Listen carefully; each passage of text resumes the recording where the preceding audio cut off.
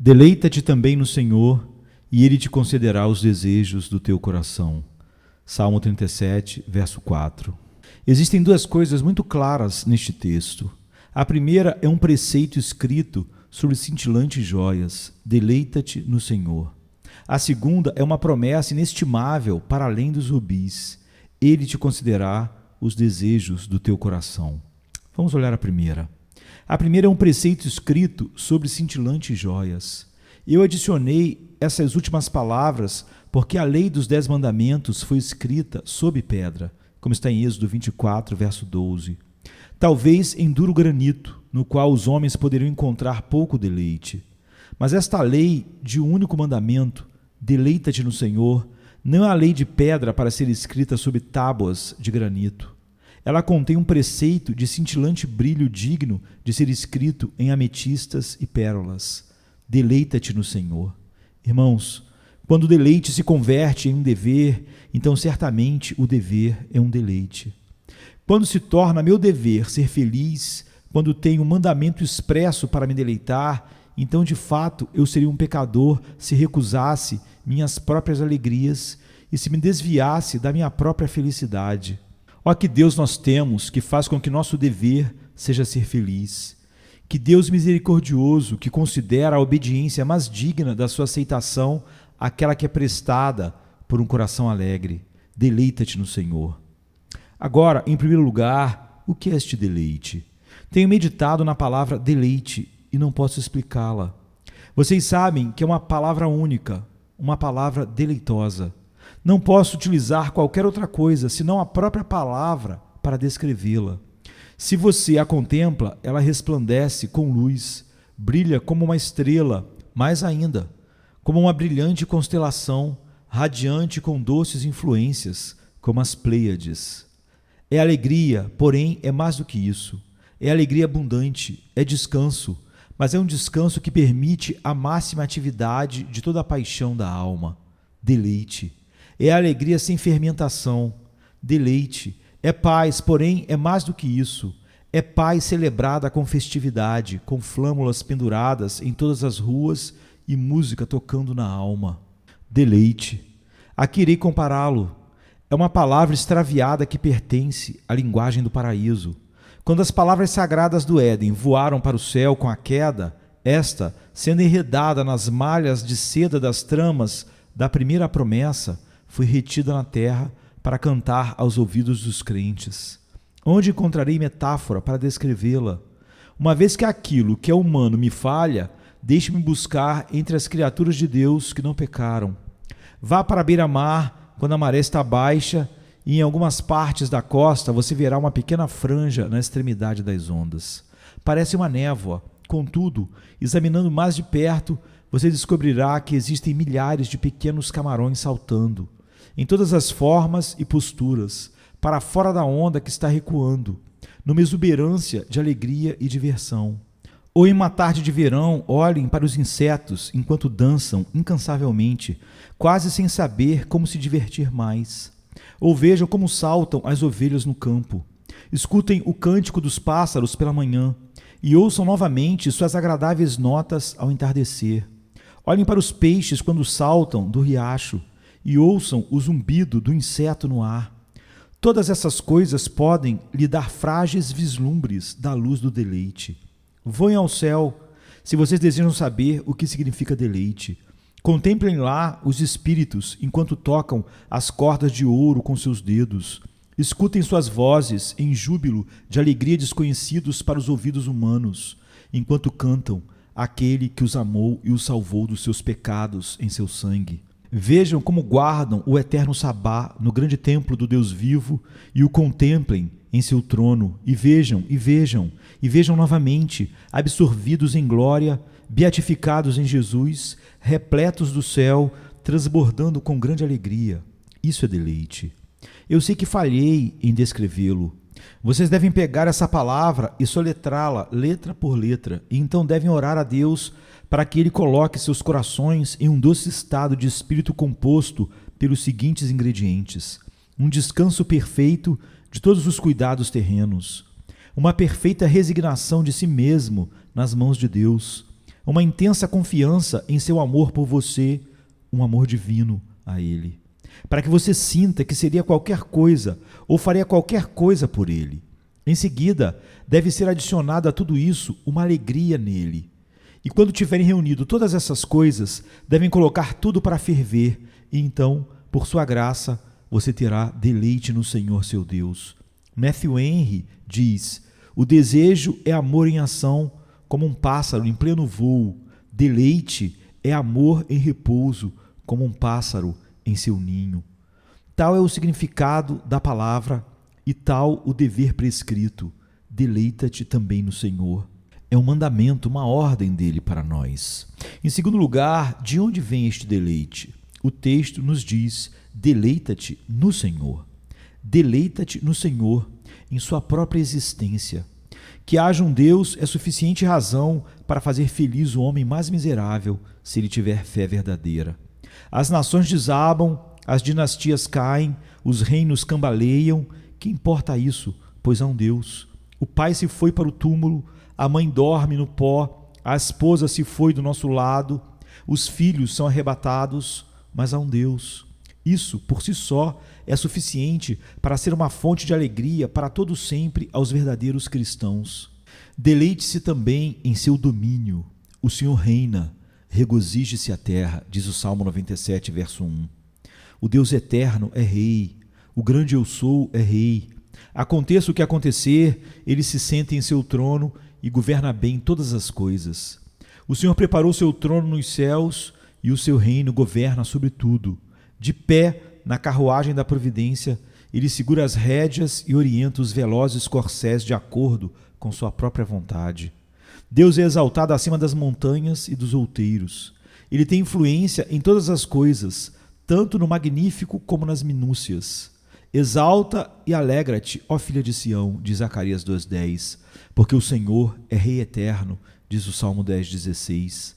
Aleluia, aleluia. Cada atributo de Deus deve se tornar um novo raio neste sol de deleite. Que Ele seja sábio deve nos fazer felizes, conhecendo a nossa loucura. Que Ele seja poderoso deve nos alegrar, uma vez que trememos diante da nossa própria fraqueza. Que Ele seja eterno deve ser sempre um tema para nosso louvor, quando sabemos que somos como a erva e murchamos como a erva verde, como diz o Salmo 37,2. Que Ele seja imutável deve sempre nos oferecer um cântico, uma vez que mudamos a cada hora e não somos os mesmos por muito tempo. Que Ele seja cheio de graça, que esteja transbordando com graça e que essa divina graça, na aliança, Ele nos deu, que é nossa para nos purificar, nossa para nos guardar, nossa para nos santificar, nossa para nos aperfeiçoar, nossa para nos levar para o céu. Tudo isso tende a nos fazer deleitar-nos nele com grande alegria. Ó crentes, vocês estão tão próximos a um profundo rio, talvez tenham entrado nele até os tornozelos e conheçam algo de suas claras e doces correntes celestiais. Contudo, mais adiante, a profundidade é maior e a corrente ainda mais deleitosa. Venham, arrojem-se nesse rio, mergulhem no mais profundo mar da divindade, percam-se em sua imensidão. Deixe que seus atributos encubram toda a sua fraqueza e toda a sua insensatez e tudo mais que possa fazer você gemer e lhe preencher com desânimo. Alegrem-se nele, embora não possam alegrar-se em vocês mesmos. Triunfem no Deus de Israel, embora em si mesmos tenham causas suficientes para o desespero. O cristão também sente que pode deleitar-se em tudo o que Deus fez no passado. Esses salmos que terminam com a sua benignidade dura para sempre, onde encontramos divisões como estas: Sião, rei dos amorreus, porque a sua benignidade dura para sempre. Salmo 136, verso 19. E Og, rei de Bazã, porque a sua benignidade dura para sempre. Salmo 136, verso 20. Nos mostram que o povo de Deus, em tempos antigos, era conhecido por muito meditar nas ações de Deus, de modo que não colocavam todas elas em um único versículo. Antes, as dividiam para que tivessem um cântico para cada uma delas. Assim, o povo de Deus deve recordar as obras do Senhor, que digam seus atos poderosos, que eles cantem: a tua destra, ó Senhor, tem despedaçado o inimigo, como está em Êxodo 15, verso 6. O Senhor é homem de guerra, o Senhor é o seu nome. Êxodo 15, verso 3. Cantai ao Senhor, porque gloriosamente triunfou. Êxodo 15, verso 21. Eles devem continuar recordando os seus feitos até que cheguem às obras da graça em seus corações, e aqui irão cantar mais docemente do que nunca. Não devem deixar de cantar, pois assim como novas misericórdias fluem para eles a cada dia, então que dia após dia profiram seu louvor e noite após noite testemunhem de sua graça. Deleita-te no Senhor. Se todas essas coisas que mencionei não forem suficientes, podemos nos deleitar em tudo o que Deus irá realizar, em todos os esplêndidos triunfos que ainda tem de conquistar, em todas as glórias dos últimos dias, em todos os esplendores do seu trono, quando todos os seus exércitos se encontrarem ao final, em seu triunfo sobre a morte e o inferno, e em sua vitória final sobre o pecado, quando ele fará com que toda a terra seja preenchida com o seu louvor. Ó irmãos e irmãs, o tempo nos falharia, a eternidade certamente nos falharia para catalogar todos os diferentes pontos de sagrado deleite que os crentes, quando estão em um estado mental e espiritual, podem encontrar no Senhor seu Deus. Vocês devem se deleitar em Deus Pai, em seu amor eterno por vocês, quando não havia coisa alguma em vocês para amar, na eleição de sua alma, em sua justificação em Cristo, na entrega do seu Filho unigênito para redimi-lo do inferno. Devem deleitar-se em Jesus, devem, como diz o hino, dizer o que o seu braço tem realizado, que despojos de morte ele conquistou, unicamente seu amado nome ser louvado, digno é o Cordeiro que nos salvou.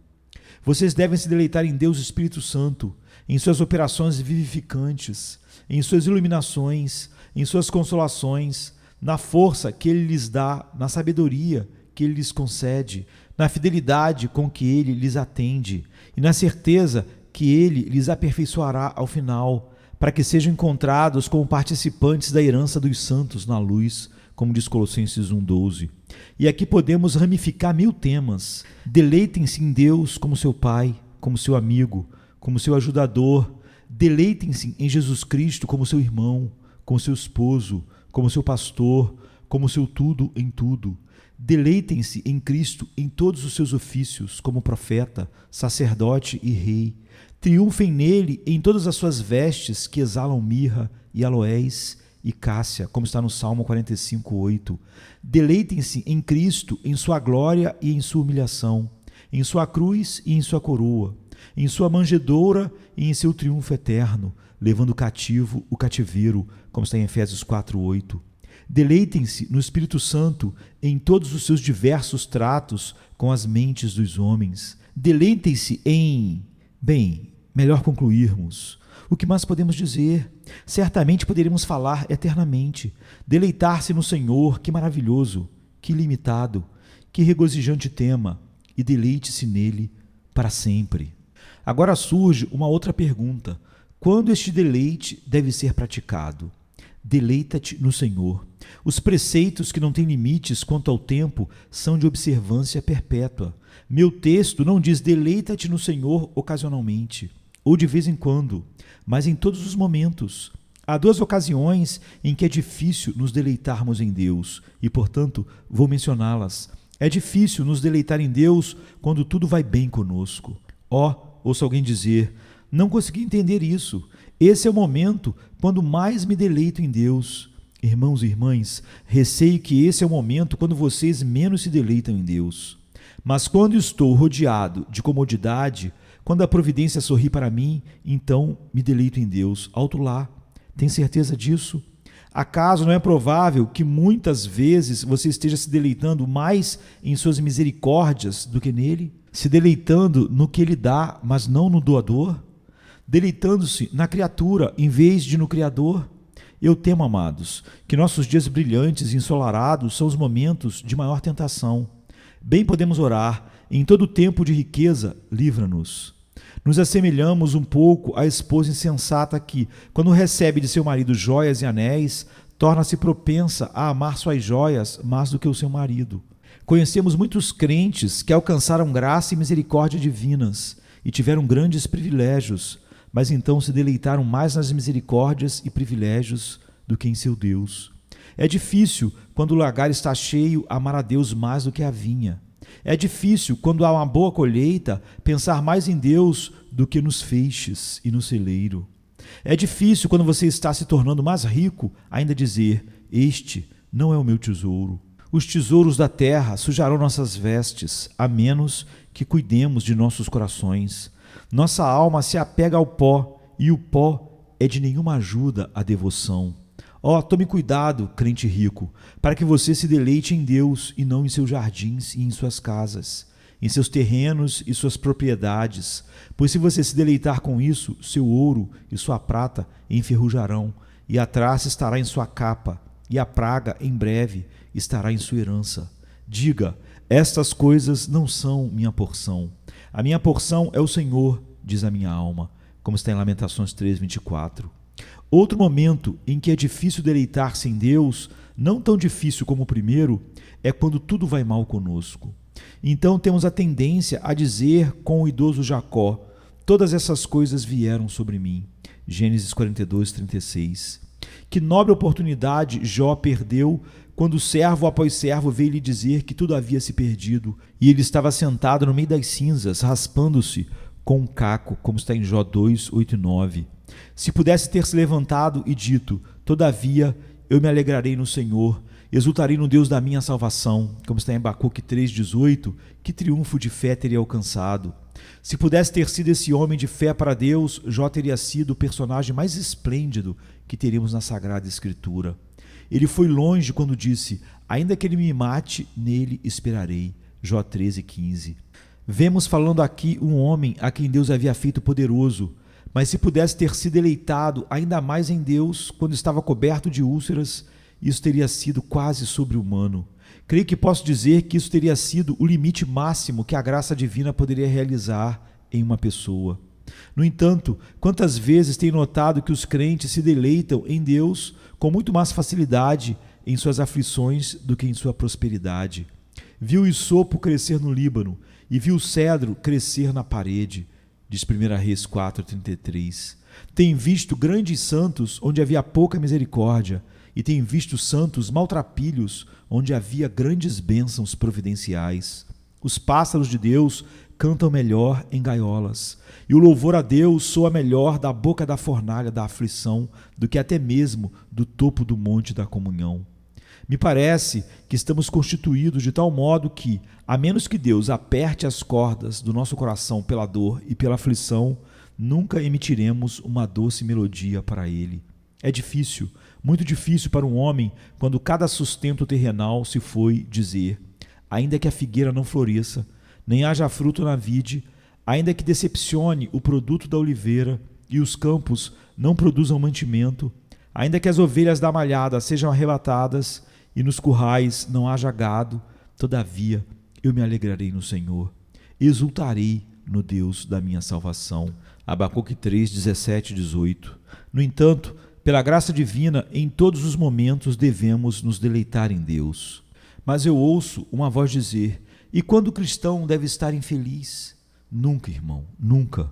Nem mesmo às vezes, não, se ele cumpre com o seu dever. Mas um crente não deve estar abatido algumas vezes? Os crentes se abatem, mas não deveriam estar assim.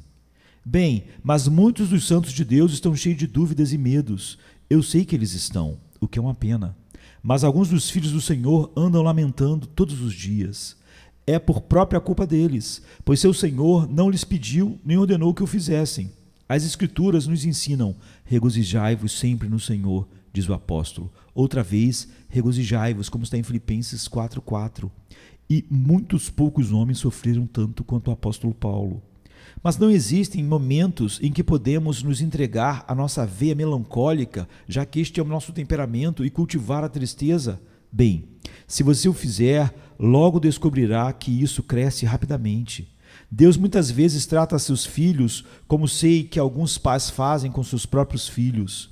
Se os seus filhos orarem pedindo por aflições, eles as terão até que comecem a orar 10 vezes mais intensamente para serem livres dela. Se o povo de Deus não clama por coisa alguma, em breve eles terão algo para clamar. Se querem fazer-se miseráveis, em breve terão misérias adicionadas às suas misérias. Mas no que diz respeito à promessa e ao preceito, é a responsabilidade constante e o trabalho diário, cada hora, do verdadeiro crente deleitar-se no Senhor seu Deus. Antes de terminar, responderei a 4 outras questões. Por que é tão raro deleitar-se em Deus? Por que vemos tantos cristãos deprimidos? Por que vemos tantos cristãos duvidosos? Por que vemos tantas pessoas cuja vida com Deus mais lhes parece um jugo muito pesado? Receio que, por um lado, há pouco evangelho genuíno e, por outro lado, há pouco evangelho de tons profundos, no pouco que existe de genuíno. Não me surpreende que seja infeliz um homem que tem um evangelho que não é do seu coração. Você já viu alguma vez um cão de uma raça que não gosta de água? Se alguém o coloca na água, com que rapidez quer sair de lá? Mas há diferentes cães de raça, e alguns podem nadar por horas e se deleitam na água. Assim, existem algumas pessoas que professam ser cristãs, mas são conhecidas por serem hipócritas, uma vez que seu evangelho está contra a sua vontade, uma vez que o cristianismo está contra a sua vontade. Elas foram levadas a isso, mas desejam sair o mais breve possível de cada coisa que pertence àquilo que devia ser o deleite do coração regenerado. Contudo, o verdadeiro cristão, pela graça divina, pela graça soberana, entrega-se ao evangelho com ardor e deleite. Ele o ama e nela se deleita.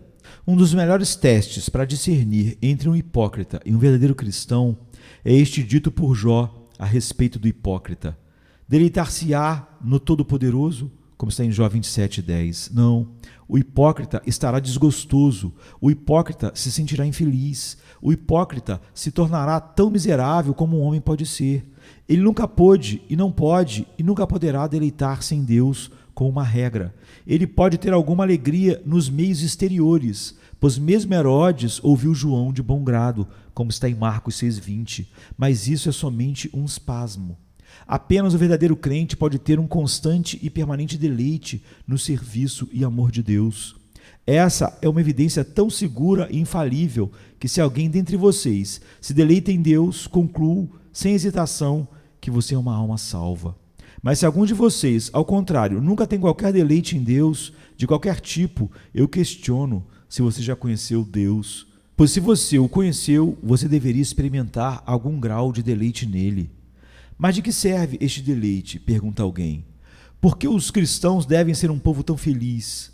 Porque é bom em todos os sentidos. É bom para o nosso Deus, lhe dá honra entre os filhos dos homens quando estamos satisfeitos nele. É bom para nós, isso nos fortalece. A alegria do Senhor é a vossa força, diz Neemias 8:10. É bom para os ímpios, pois quando veem os cristãos felizes e sabendo reagir a todas as situações da vida dessa maneira, como Paulo na prisão de Filipos, cantando, depois de estar completamente cheio de dores, machucado pela violência com a qual ele foi submetido, a Bíblia diz que ele cantava e os presos ouviam. É isso que o mundo precisa ouvir. Então é bom para os ímpios, pois quando veem os cristãos felizes em todas as circunstâncias, desejam ser eles mesmos assim. É bom para os nossos irmãos cristãos, isso os conforta e tende a animá-los. Do contrário, se parecemos deprimidos, espalharemos a enfermidade, e outros ficarão infelizes e deprimidos também. E nós os justificaremos. Eles acharão que tem uma justificativa baseada em nós. Por todas essas razões, e por muitas outras que poderiam ser mencionadas, é uma coisa boa e agradável que um crente se deleite em Deus. Deleita-te também no Senhor, e Ele te concederá os desejos do teu coração. Salmo 37, verso 4.